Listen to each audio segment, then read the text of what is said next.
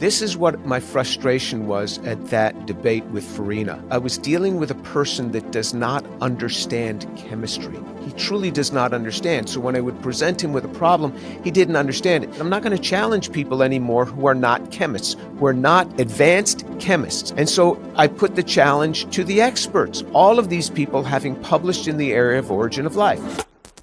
We want to talk today about the Origin of Life Challenge, which was why we originally tried to get a hold of you back in October, I believe, when the challenge was about to expire. But so much has occurred since then that we're glad to get a hold of you now to talk about it. It's very exciting. And let me play that clip really quick from YouTube. It's a YouTube short.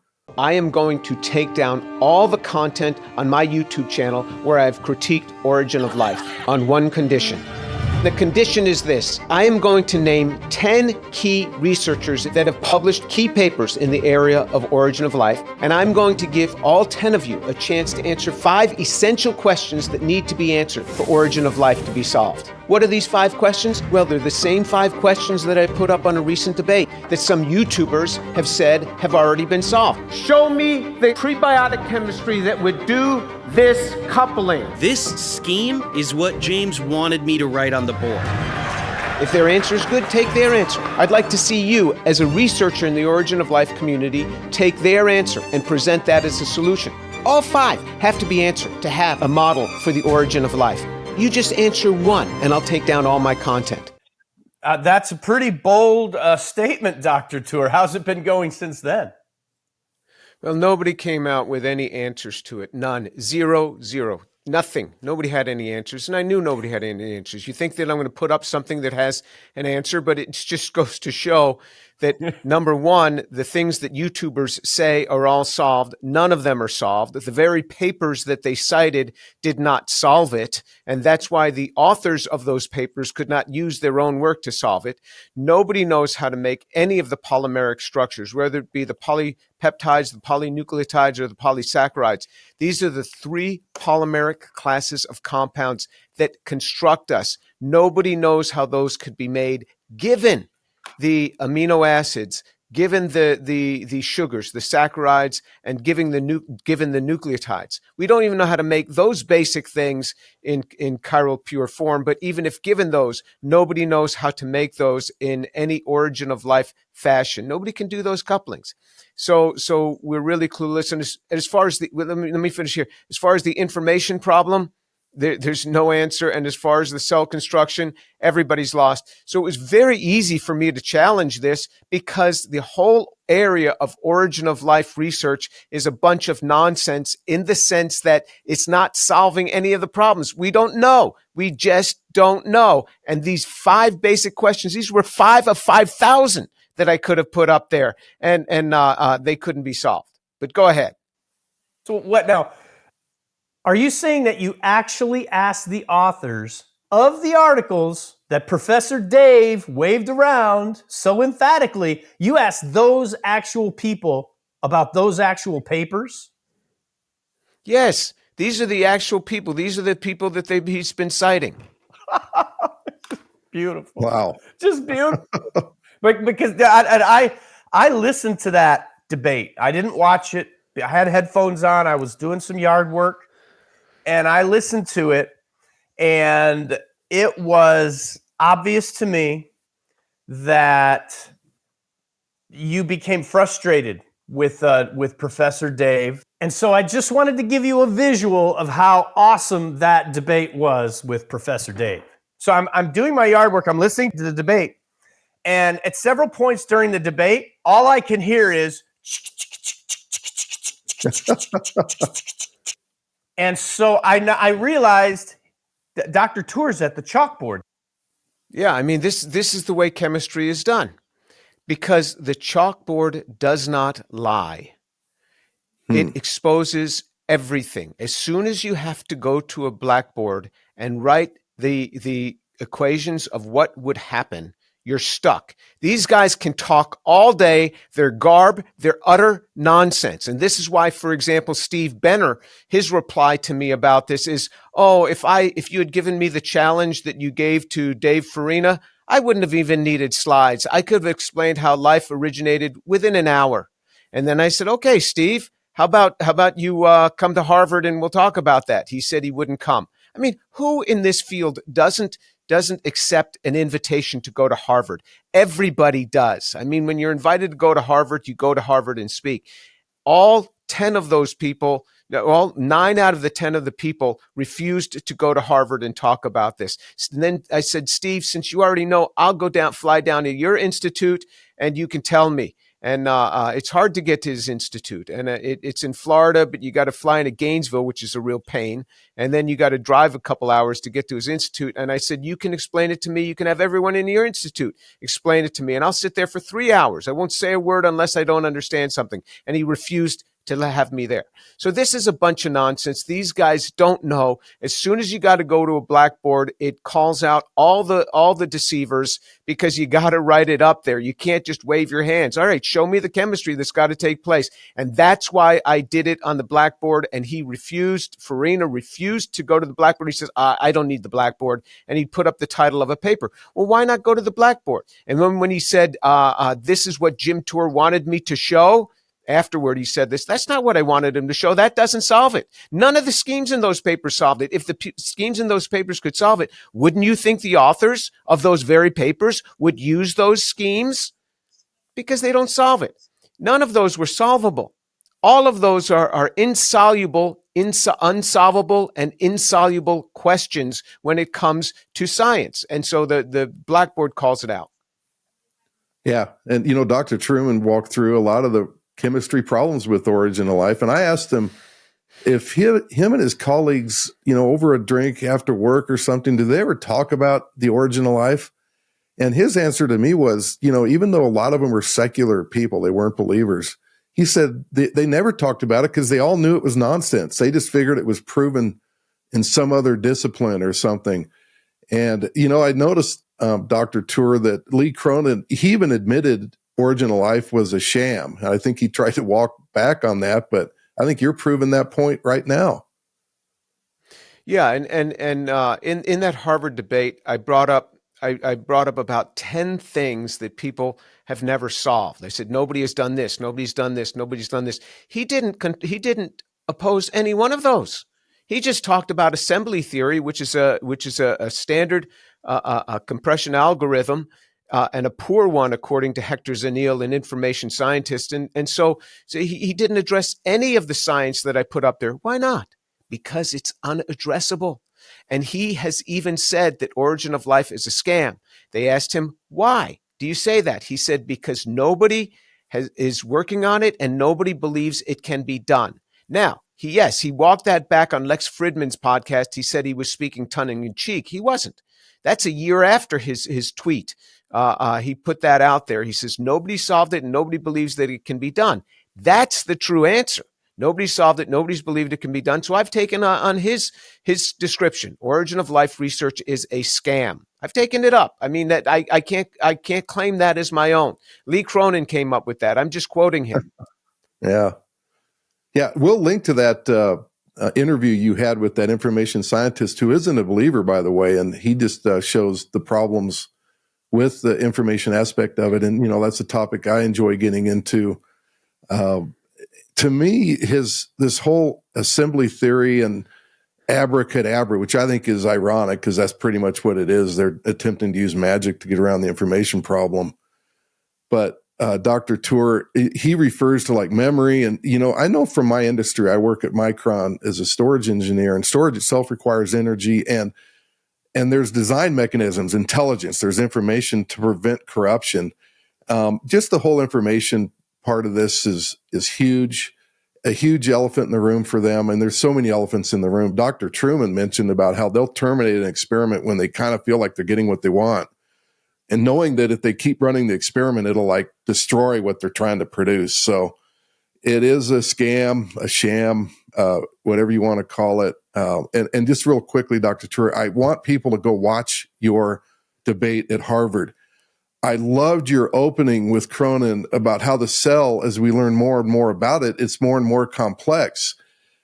And our learning of it is minuscule compared to the complexity we will discover. It's just amazing. Again, I want to encourage people to watch your debate. And again, we will link to it because your opening was just fantastic. Well, it was really the only time because I had agreed to not say anything unless asked because Lee did everything to try to back out of coming. He was already there in Boston. And he got a $3,000 honorarium just for coming across town to this. He was already in a hotel there for another event, for another meeting, and so he had to do this. And I got nothing. Actually, it cost me a lot to put on that event.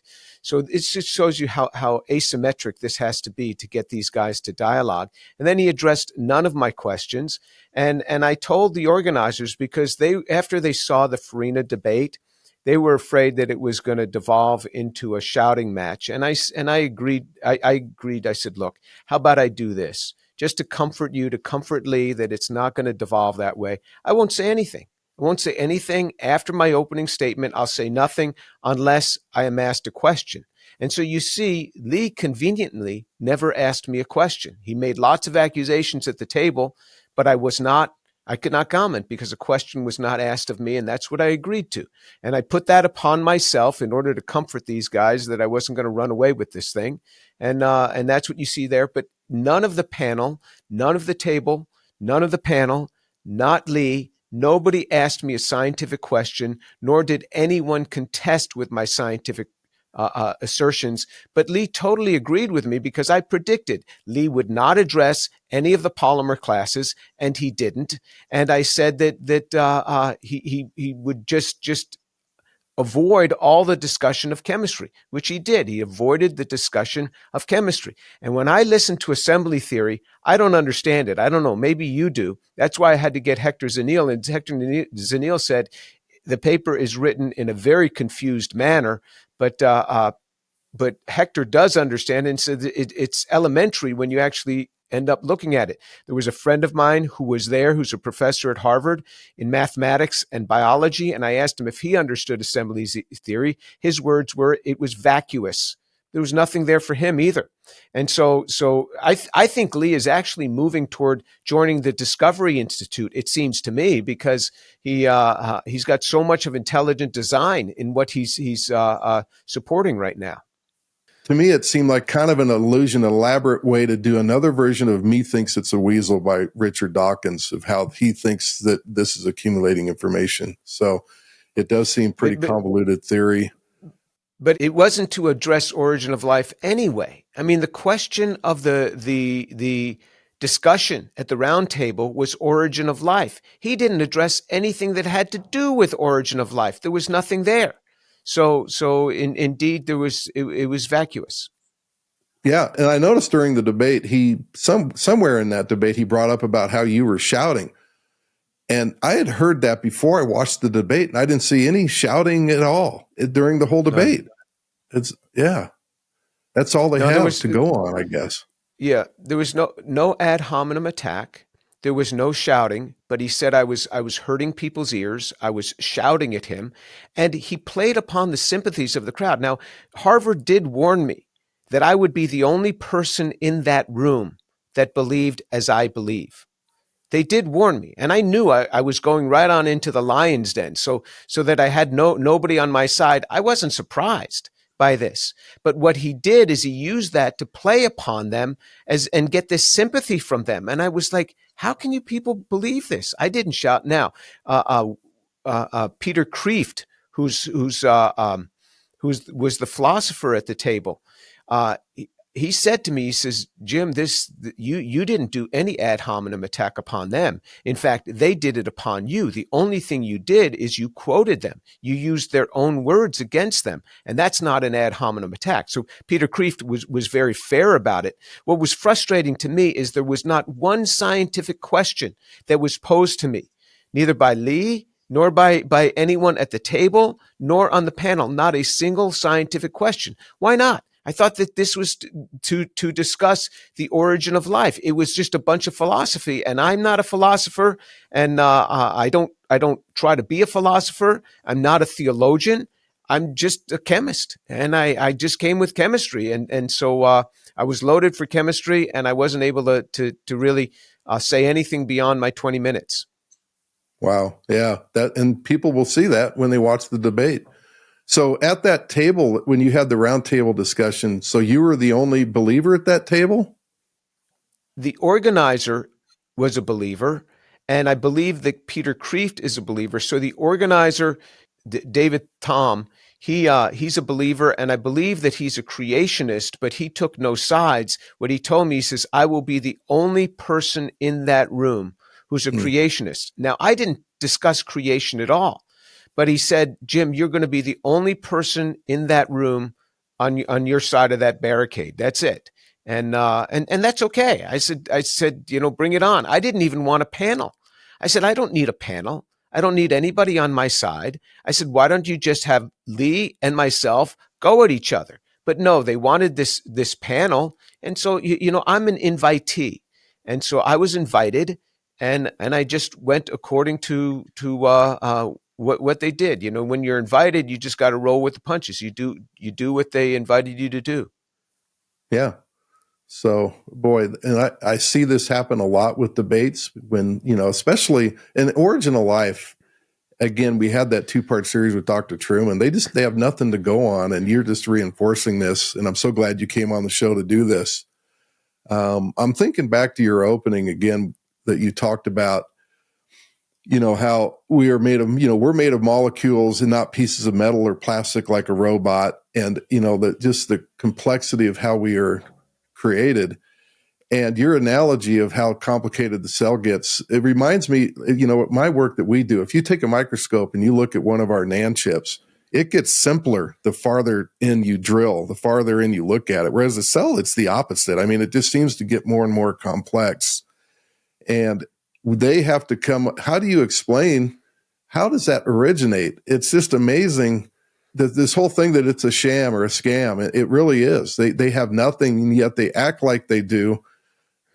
Dr. Tour, there was a recent article about 2 weeks ago when we were getting ready for your interview, and it was this whole thing about they've discovered the origin of life in fatty tissue. I don't even know if you saw that article, but these things pop up on the news, and people just think it's true because they don't hear enough of. That's why Real Science Radio exists, and that's why I'm so thankful for your YouTube channel with all the subscribers and views that you have, because not enough people see this stuff. This was a report, Dr. Tour, from Newsweek magazine. Scientists discover key stepping stone to the origin of life. And I don't know if you saw that, but they said that it's they found fatty acids, that they're long organic molecules, and they both attract and repel water. And anyways. This is a bunch. That's a bunch of garbage. Of course, I saw it. Anytime anything like that comes out in the lay press, people send it to me, so I see everything. And I don't put much stock in those articles. I go right back to the actual publication. That publication was talking about a Fischer-Tropsch-like reaction, which has been hypothesized for a long time to take place in these vents, a long time. And so you can get a fatty acid. So what? And all those fatty acids are have no control of the stereochemistry, so they wouldn't be useful anyway. All fatty acids that we see in biology control the stereochemistry. These had no stereochemical control. And plus, they would be in such dilute form, they're not usable. They come spewing out of there. They're so dilute, they're not usable. And there's many other compounds that come out of there that render this unusable, because you need more constrained chemistry. You have to have pure things in order to do chemistry. That's not the case with biology. Biology has a way of purifying things by using its enzymes, but chemistry does not. And so if you can't crystallize, which none of those fatty acids can be crystallized and separated, you're just out of luck there. So it was a bunch of nonsense, and I don't even see what was novel in that. The Fischer-Tropsch reaction to make these long chain fatty acids has been known for 25 years. So it was a mountain of nonsense. So it did nothing for me. Well, yeah, thanks for your review of that. I'm glad that you saw that paper. So you had those 5 challenges, those 5 questions. We'll try to link to those from the show. So you said that nobody has come forward at all as far as any kind of technical analysis. It's been mostly philosophy. Right. And it was not a challenge that was thrown out to the masses of people. This is what my frustration was at that debate with Farina. I was dealing with a person that does not understand chemistry. He truly does not understand. So when I would present him with a problem, he didn't understand it. So lots of people contact, I have a solution to number whatever. And then as soon as I start hearing their solution, I just got to give up because there's so much basic chemistry they don't know. One lady insisting, I proved it by my insulin pump. And I'm like, lady, I don't know what you're talking about. And she was utterly convinced. That's why the challenge, I said, I'm not going to challenge people anymore who are not chemists, who are not advanced chemists. I would not challenge, because then I end up having to go back. I did a 14-part series to explain the basics of the chemistry so that I don't have to do this. And none of those people listen to the 14-part series. They just start shooting from the hip. And so I put the challenge to the experts, all of these people having published in the area of origin of life. I put it to the experts, and none of them could solve the challenge. And all of them were invited to Harvard. And Lee Cronin, once he accepted, then he realized what he got himself into. He tried very hard to back out, very hard. We had to change many of the things to get him to agree to this. And it got to the point where the folks at Harvard and the folks at MIT, because this was sponsored, this is a roundtable for Harvard and MIT faculty, they were going to write an article about him in the MIT press about how Lee Cronin had backed out after we had spent all this money paying for the venue, paying for the recording team, just like 8 days before the event, 1 week before the event, he said he was going to back out. And so we went through a lot of contortions to get him to agree. And it was finally based upon David Tom saying, okay, we've got a reporter here. We're writing an article about you. It's going to be in the MIT press about how you backed out of this event. And that's not going to look very good for Origin of Life. And so then he agreed. He says, okay, well, if you live stream it, then I'll come. It's like, live stream. I offered it to you. Yeah. He didn't want it filmed. I said, no, it's going to be filmed. But he said, and then I said I had offered it on a live stream previously, but he said, if you live stream it, then I'll come. I said, okay, we'll live stream it. And whatever is in that live stream is what will be posted on the internet. And that's what was posted right there. The crude live stream where there was just a producer in the back choosing the different cameras. That's why it's not perfect. It was just the live stream right there. And so Lee finally agreed to come because they were going to expose that he had backed out of this. So essentially nobody wanted to come. Lee agreed to this and then backed out and then had to re-agree to come.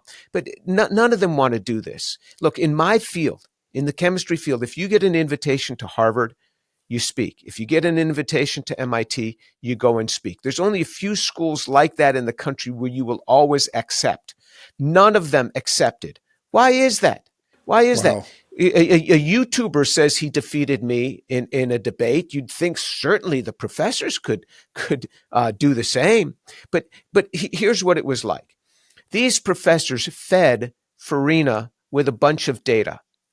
I liken it to this. It's like when you take an 8-year-old and you put a grenade in their hand and you say, go up to those special forces and let this button loose. That's what they did with Farina. They sent him in there and he had absolutely nothing. But I don't think he even realizes it. They were glad to send him in. They didn't want to come in. And then when they were offered to come in, they wouldn't do it in the top venue in the world to go and to do this at Harvard to a select group of professors from Harvard and MIT. And actually, David Tom had tried to get, when Lee had backed out, David Tom had gone to Harvard and MIT professors in chemistry and biology at Harvard and MIT. Nobody would agree to debate me. I mean, they live there.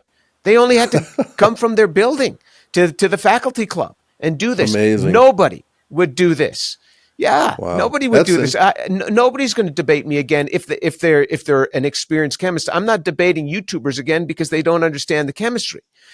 But to PhD chemists, anybody Anybody, anytime, we will do it. We will do it. And bring your information. I'm glad to do it. If you have a PhD in chemistry and you worked in the area that you understand synthesis, we'll do this thing so that you understand how molecules come together. If you're a synthetic chemist and you think you can do this, I'll do it. And this is what I tried to do. This is what I tried to offer. None of them would come forward because in many ways they were a lot smarter than Dave Farina. They didn't want to be utterly humiliated. Yeah, it'd be embarrassing to go forward. You're kind of putting a arrow on yourself that I'm not really competent. If you actually try to argue for the origin of life from a chemistry position, you're exposing your incompetence.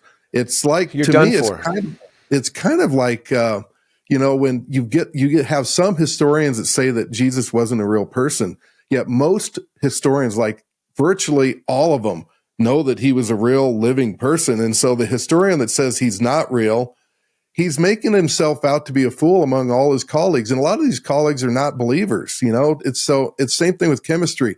That's when I asked Dr. Truman, was there anybody that he knows in his field that believes in the origin of life? And he said, no, he doesn't know a single person. And he got his PhD, if I believe, from Michigan State. And he's worked in the field for years as a professional chemist. And he said that nobody believes in the origin of life from a naturalistic point of view. And these are people, a lot of them are atheists. They just figure, well, it must be proven somehow somewhere else, because it's embarrassing to their own field if they were to try to defend it. And you've just proven this. That's interesting that Cronin had to be kind of coerced by, hey, we're going to report this. It was good that the MIT News was going to post an article about that and compel him to go. And by the way, Dr. Tour, that being a live event, live streamed, and that's what people see, it was really, you did a great job, for something that's live, that's really not edited. It's just really good. Definitely encourage people to go watch that.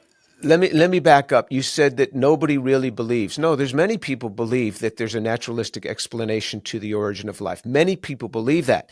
Nobody knows how it's really been done. What you are correct on is that many people think it must be known in another field, because most scientists don't ponder this. Most scientists are not thinking about this. They're busy with other things. Most chemists are not thinking about this. But when they see a talk on it, then it's like, this doesn't make any sense to me. But when you say that nobody believes it, no, they all believe it, but they all have no explanation when you pin them down. Yeah, good. Thank you for that correction. Yeah, exactly. Yeah. Okay, perfect. So we're getting a little short on time, Dr. Tour. Where do you see origin of life going? Do you see any?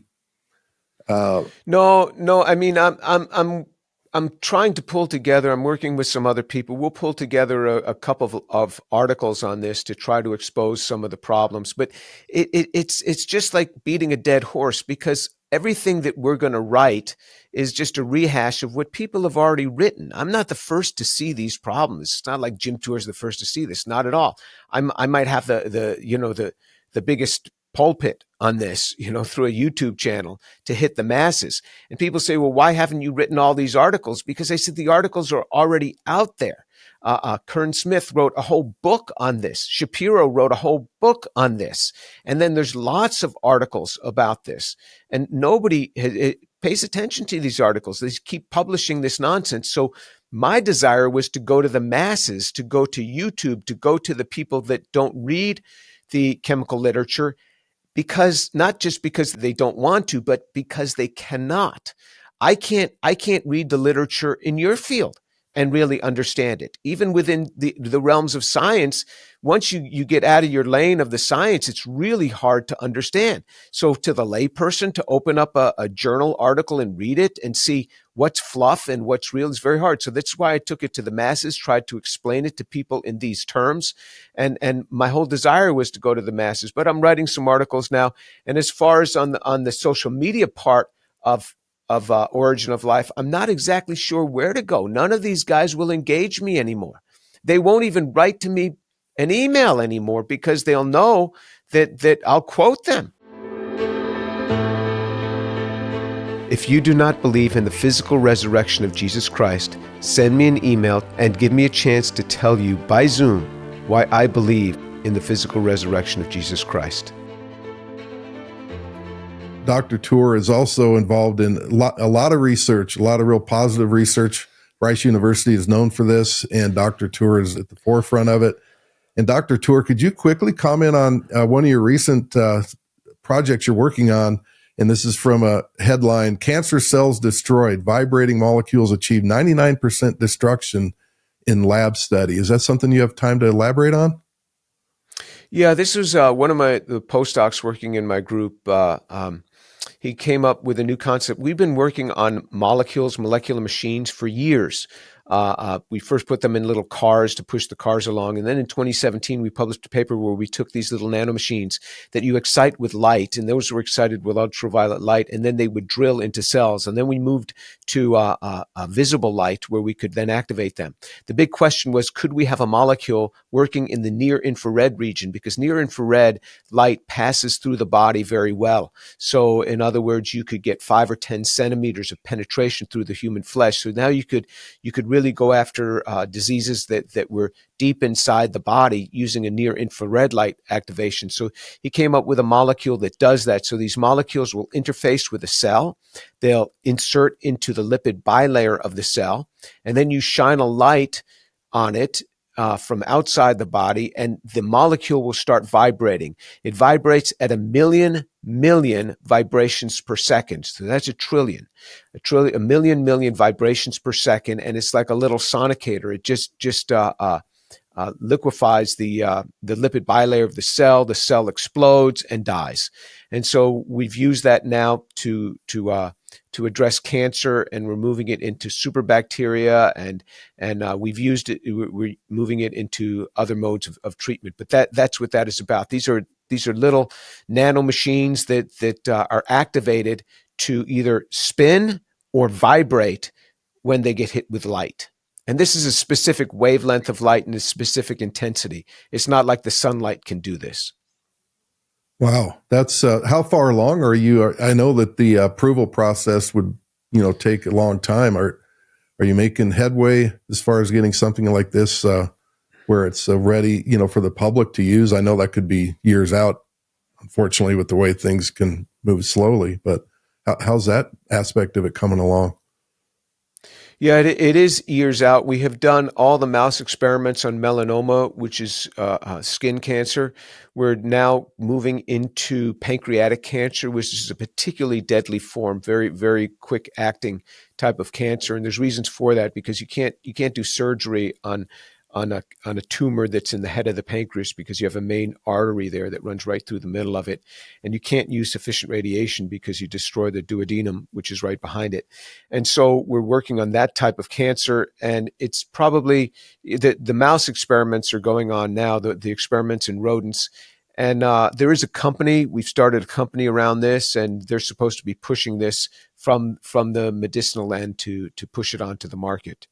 But that's out of my hands. Once it gets in the company, their work is, I'm separate from that. Gotcha. Is there any way that our listening audience can help? Is there, like you said, there's a company, or is there any other, maybe some kind of, financial help of any kind? To throw that out there.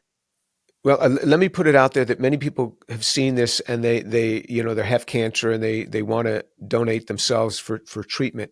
It's not even to that point yet. Let me put it in perspective. From a lab finding until something is on the market, it's generally 12 to 14 years. Even with right to try, when there's it's still going to be 4 to 5 years from. So even in a case where a person has no other solution to their treatment, it could be 4 or 5 years.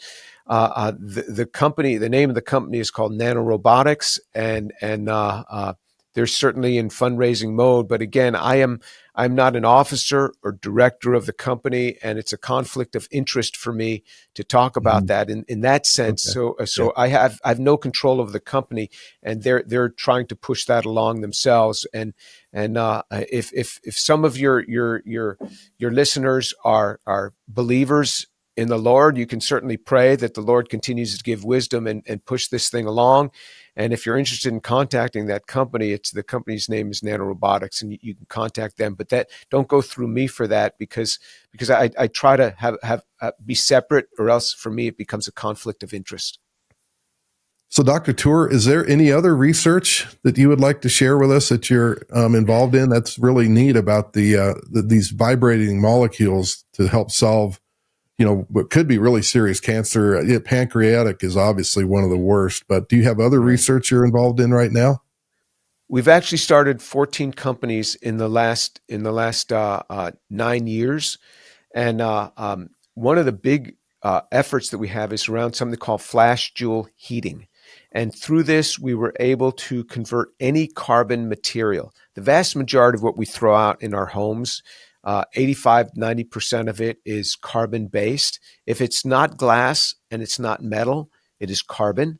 And we can take any carbon material, whether it be waste food, trash, coal, petroleum coke, whatever it may be, and we can put it between two electrodes with high voltage and convert it into graphene. Graphene is single atomic sheets of graphite, different layers of this single atomic sheets of graphite that allow that can be put in composite materials. It's very lightweight, super strong. And so this is going into asphalt markets, going into parking lots of just outside the building where this is being demonstrated. But it can triple the life of an asphalt road. It's going into concrete. It's going into plastic composites, and it's going into rubber tires to strengthen the rubber tires. And graphite is already known in the world. It's just that we didn't have access to these single atomic sheets. Graphite is part of our world, so it's not like we're introducing a totally new type of material. Around this, we also have a company that's also able to convert waste plastic into graphene or waste plastic into carbon nanotubes that are also going to be used to enhance electrodes and be used in composites. And then we're using a similar technology to clean up the environment, where we can put electrodes into the ground to remove contaminants such as heavy metals, such as oil products, and such as PFAS. This is poly and perfluorinated alkyl substances, which are contaminating a lot of our water systems. So we've learned how to degrade that. We can take old wind turbines, old aircraft, which were normally just landfilled. Those are made out of glass and carbon mixed together, glass, plastic, or carbon fiber and plastic. And we flash those. That turns into silicon carbide, which has many uses as an enhancement material. It's a very hard material. And so we're trying to take the waste that people generate. Electronic waste is the fastest growing waste in the world. What we do with our cell phones, what we do with our devices, what we do with our car batteries. And we're learning how to recycle all of those, and not just recycle, but also upcycle, make them more valuable through these techniques. And at very low energy, the amount of energy we have to put in, say to take coal and turn it into graphene, is about $30 per ton. It's one of the cheapest manufacturing routes you could even think of. So we have all of these going. The electronic waste, we're pulling out all the metals, because metals should be, in theory, infinitely recyclable. And so we just throw them out and we do more mining, and then we throw it out, we do more mining. But can we just take this waste, all these printed circuit boards that you guys generate in your company that are toxic waste, and server farms get rid of them every 3 years? We flash them, we get all the metals out, and now we're learning how to separate the metals one by one, bring them out with different flashing units and different flashing parameters. And then what's left over is clean enough to be agricultural soil in the state of California. So it's going to be a great advance for humankind, I think. Oh, that's fantastic. So I know this would have been music to the ears of my co-host, Doug, who unfortunately had to drop off because of technical difficulties.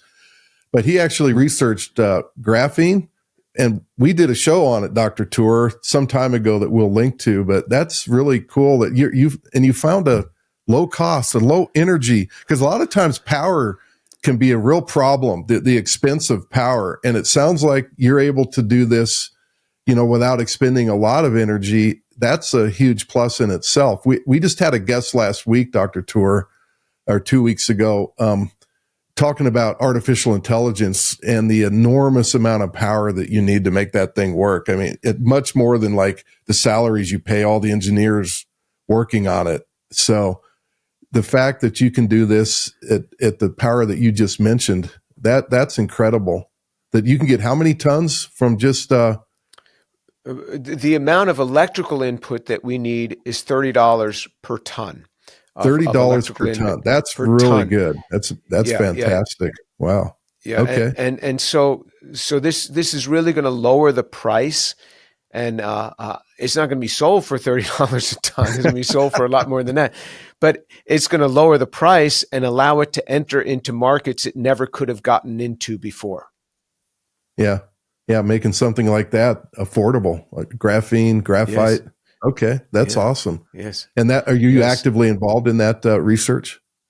Oh, yeah, we're actively involved. We're doing more on it all the time. We've started several companies around that, companies for each type of material that could be made by these flash Joule heating techniques, companies to look at the soil remediation, companies to deal with the different types of toxic materials that there could be that are generated. So we just look at the problems that humans have generated, and we try to solve those problems. And these are solvable. I mean, and we're looking at CO2 capture in very robust ways, really large amounts of carbon dioxide, and just leveraging what the planet does for us already, and leveraging that to help us to remove more carbon dioxide. Now, we don't want to remove it all, but if people say that carbon dioxide is an existential threat, if they really believe that, then we need some serious ways to go about doing this. And in my opinion, the serious ways to go about doing this are not trying to decrease the exhaust from an automobile or